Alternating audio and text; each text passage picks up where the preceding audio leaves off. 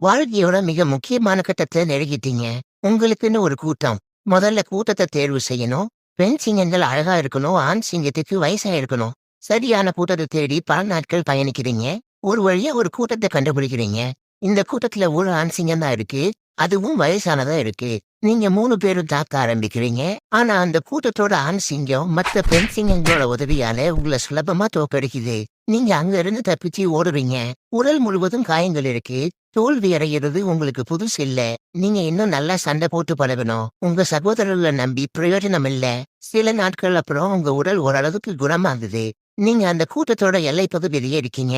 ஒரு நாள் அந்த ஆண் சிங்கம் தன்னோட எல்லைய மார்க் பண்ணிட்டு இருக்கு. கூட பெண் சிங்கங்கள் இல்ல.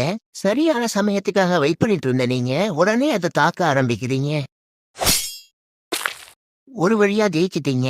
அடுத்து நீங்க பண்ண வேண்டியது, அதோட குட்டிகள காலி பண்ணணும். அத உங்க அல்லப்பை பசங்க பாத்துப்பாங்க. நீங்க தான் இனிமே இந்த கூட்டத்தோட தலைவர். உங்க வருங்கால சந்ததிய உருவாக்க வேண்டிய நேரம் இது.